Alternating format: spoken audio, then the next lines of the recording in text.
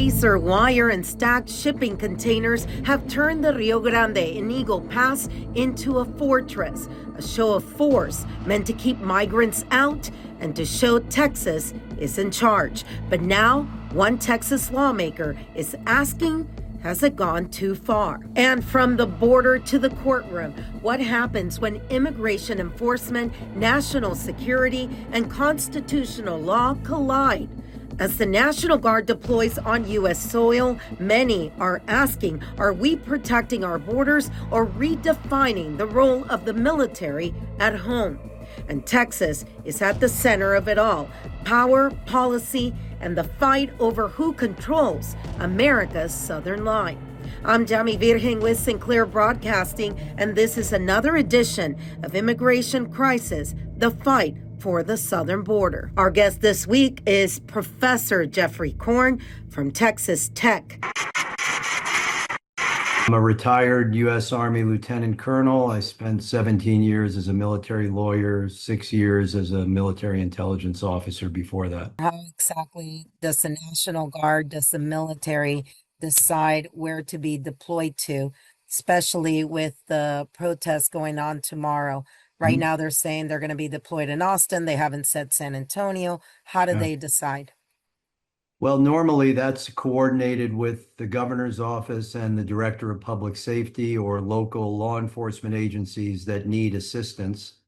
If it's a preventive deployment, in other words, pre-positioning forces in case something gets out of hand, then that would be coordinated through the governor's office, through the advocate general, who is the commanding general of the Texas National Guard.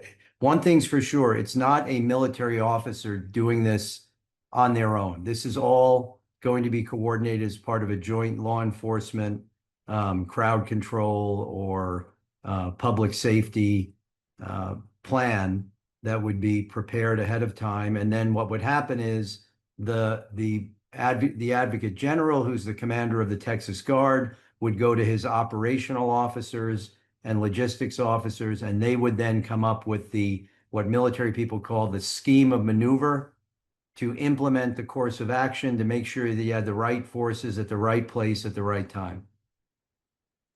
So, talking about the right places, iconic places in Austin, in San Antonio, last time they were at the Alamo. Why are those picked? I know why, but if you could expand on it.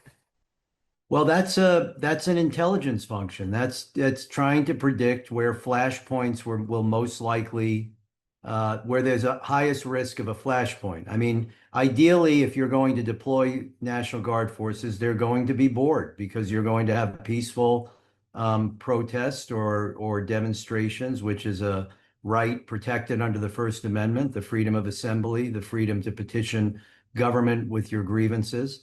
There's no right to engage in criminal activity. There's no right to attack government agents. There's no right to vandalize or deface public or private property. So hopefully these are just preventive measures to be at the right place at the right time in the event there's a problem. And there has to be some prediction going on of where that's most likely to occur. And that's probably where you would pre-position forces and also have a capability to move them rapidly to other areas if need be. How is this any different than what they normally do? Because we're talking about staging in country, not in a war zone. Well, this is a key mission of the National Guard. The National Guard is different than those soldiers at Fort Hood or out in El Paso at Fort Bliss or in Joint Base San Antonio, the active duty forces. Those forces don't have a significant public safety mission domestically. They can be called upon in an emergency by the president invoking certain statutory authorities. But the norm is that if there is a need to supplement civilian law enforcement capability for some type of domestic disturbance or domestic disaster, then the first choice is to call on the National Guard. That's part of their mission. So you say, well, it's not like they're deploying to another country. they also have that mission. They're different than active duty forces. They train for a domestic mission, and many of them enlist in the National Guard because they feel a pride in being able to support the governor and the state to protect the health, safety, and welfare of the citizens of the state of Texas, or when called upon to help other governors of other states to do that. So there's nothing really unusual about preparing for potential civil disturbance with the National Guard. And I know that's controversial. But you you'd rather be prepared and not need to use the capability than unprepared and need to use it. Think of January 6th, right? We would have been much better off if the Guard had been pre-positioned and prepared to respond to that than having to respond after the fact.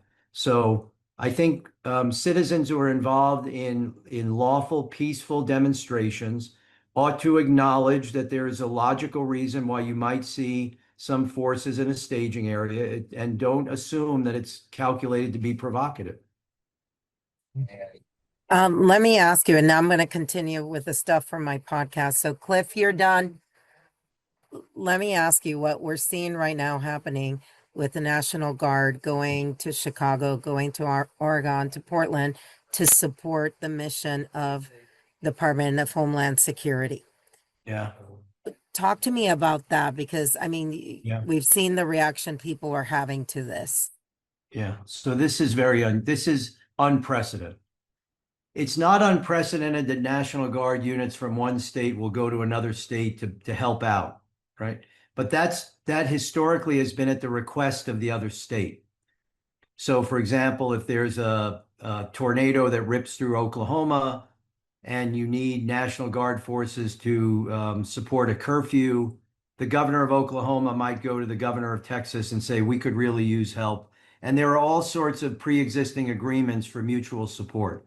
What's unprecedented is that the president has taken control of the National Guard under a statute that allows the president to call the Guard into federal service when there's a rebellion against the United States, or there is a threat to the ability of the United States to execute the law. So the president has said that he thinks we're at that point.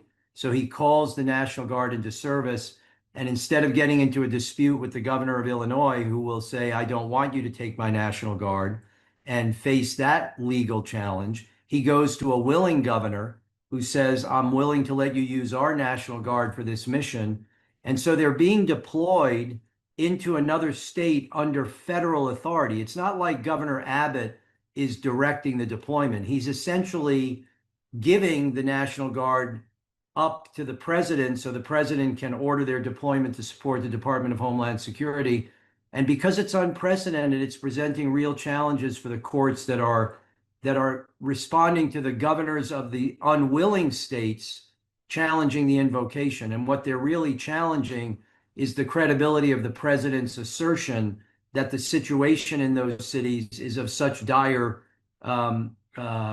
levels that it's overwhelmed law enforcement capability and necessitates use of military capability.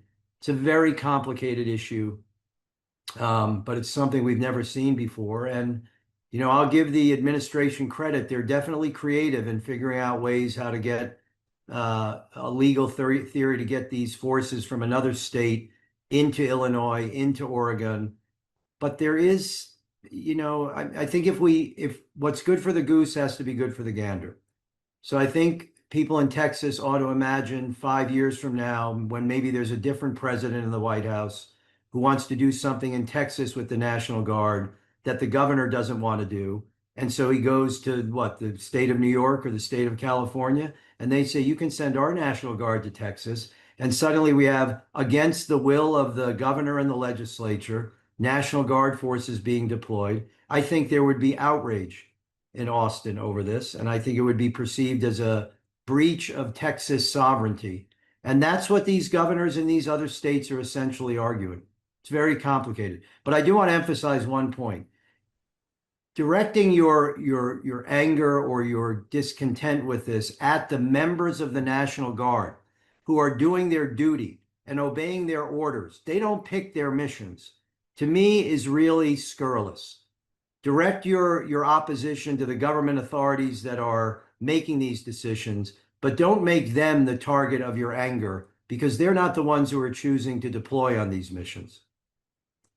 How difficult is it right now, do you think, for some, especially when you're moving the National Guard? And now we're hearing that they're moving Portland or Oregon National Guard down here to help with the border, and we're sending people up there to help with crime. I mean, it just doesn't make any sense.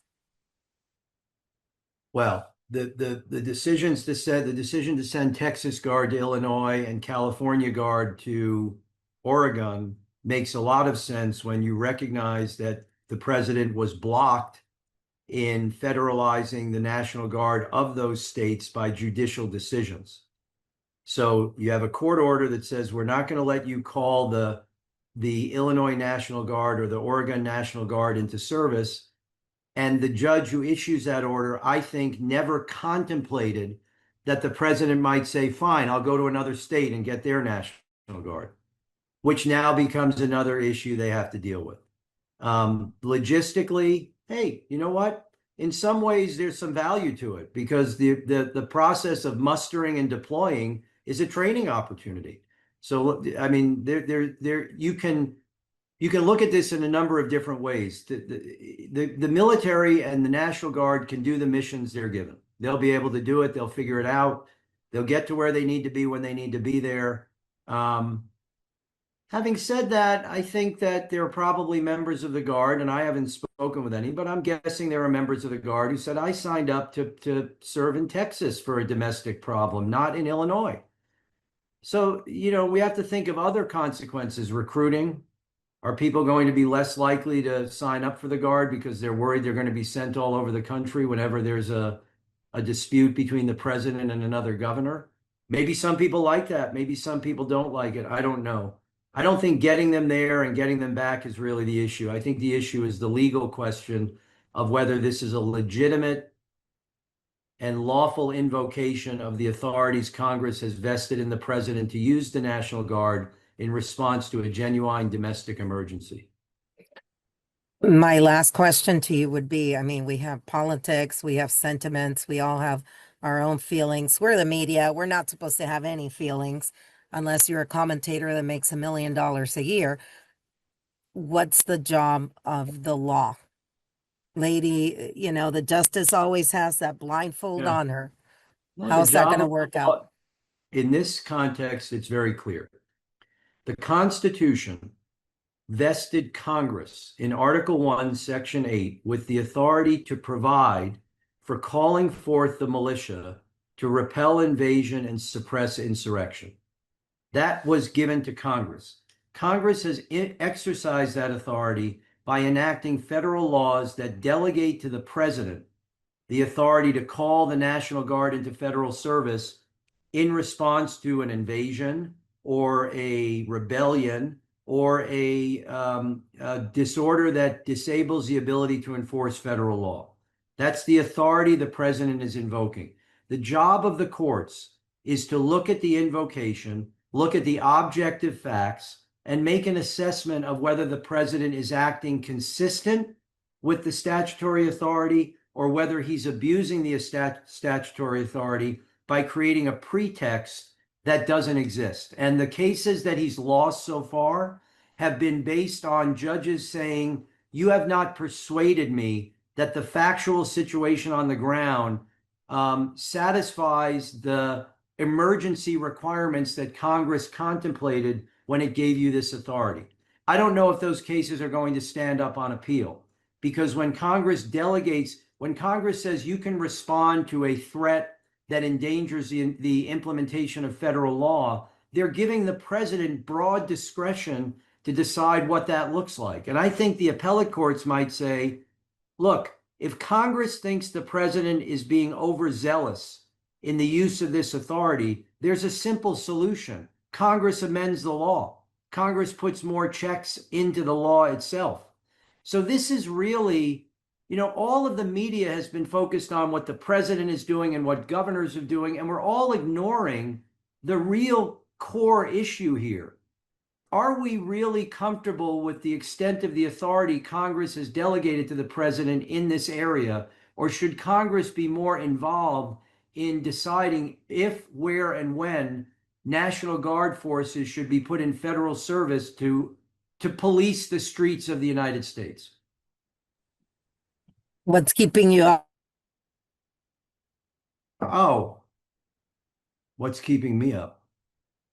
I mean, there's a lot going on in Texas. If you're in a public university in Texas, there are issues now on, the legislature's laws and the governor's orders related to things you're supposed to not say, and people are worried about academic freedom. And I've been a very vocal critic of the president's theories of legality for attacking these boats in the Caribbean, and have received a good bit of hate email from people who don't like the fact that I'm contradicting the position of the administration. I mean, it was Mark Twain's famous quote that was, patriotism is loving your country always and your government when it deserves it. And nobody can question my patriotism, my love of this country, what I devoted to this country. But I think that requires you to make reasoned, rational critiques of government policy. The use of the military domestically, what keeps me up? One of the things that keeps me up is the chicken and egg problem. This is why I made the point that if you're at a protest in San Antonio and you see Guard members pre-positioned, don't automatically assume that's deliberate provocation. What concerns me is it becomes a cycle. The more you put out on the street, the more anger there will be over it, the more confrontations will occur, which will provide more justification for it. And what historically has been a narrowly invoked exception, deploying military personnel to the streets of the United States as law enforcement agents, will slowly start to become more of an accepted norm. And that, to me, I think is very troubling. That's not the tradition of this country. I mean, part of the reason that the men who wrote the Declaration of Independence, people forget that was a grievance letter, right? The Declaration of Independence was a grievance letter to the king saying, here are the things we're complaining about. We need you to fix, or else we're going to have to declare our independence. And a major part of that was an overzealous use of the British military in domestic affairs.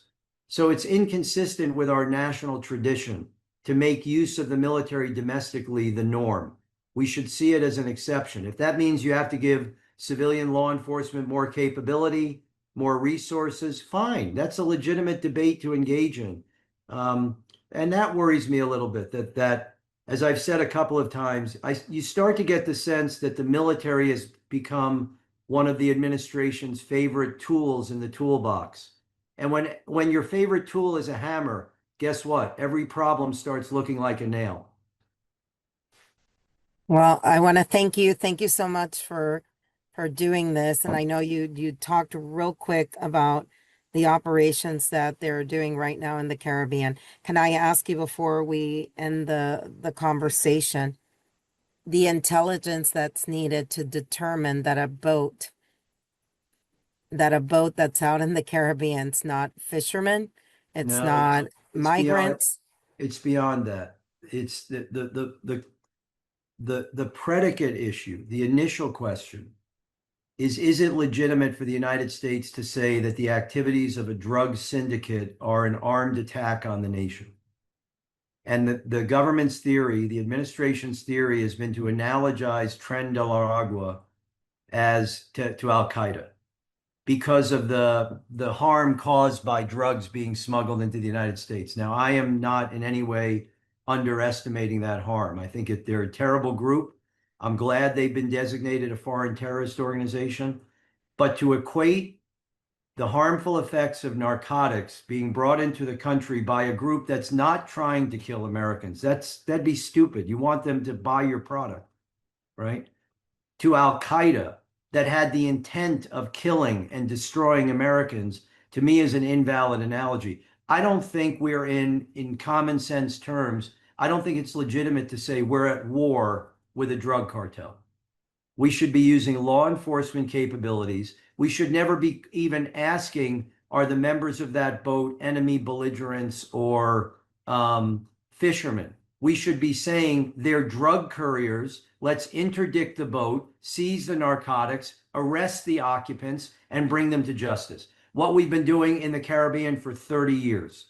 If you want to read my thoughts on this, you can Google today. I have a post on, it's on a website called War on the Rocks. So just War on the Rocks in my name, and you'll get my analysis of this. Thanks again to Professor Korn. Now an update on Shelby Park in Eagle Pass, once the epicenter of the immigration crisis during the Biden administration. For years, miles of razor wire and shipping containers have lined the Rio Grande in Eagle Pass, part of Texas' hard push to secure the border. Now, a South Texas lawmaker says it's time to start taking some of it down. State Representative Eddie Morales Jr. sent a letter to Governor Greg Abbott asking the state to remove what he calls remnants of Operation Lone Star. In that letter, Morales says that while those barriers may have once been necessary, they've now become, quote, outdated and unnecessary. It all started when the city of Eagle Pass and Texas Department of Transportation engineers tried to inspect the international bridges in that city, but couldn't get to the pillars because of the razor wire and thick brush. The Eagle Pass Fire Department had to take them all by boat just to get the job done. That moment, Morales said, highlighted a bigger issue that it's time to restore a sense of normalcy for the people who live along the border. He's also calling on the governor to reopen the river access points and bring Eagle Pass and Shelby Park back to their community. Morales reminds the governor he actually supported Operation Lone Star when it began, when migrant crossings were surging, but says things are different now. Crossings have dropped and state resources are increasingly being used to support federal agents rather than build new barriers. Our colleague Jordan Elder reached out to the governor's office. They made it clear they are not backing away from their border strategy. Their statement reads, quote, Texas deployed every tool and strategy available to stop illegal immigration under former President Biden. Thanks to these strategies and President Trump's decisive leadership to close the border, illegal crossings are at a record low. Texas will not relent in its mission to secure the border and protect Texans and Americans, end quote. That's all for this week's segment of Immigration Crisis, the Fight for the Southern Border. I'm Yami Virgin in San Antonio, Texas, for Sinclair Broadcasting, where we continue to be the eyes and ears of the southern border. Until next time.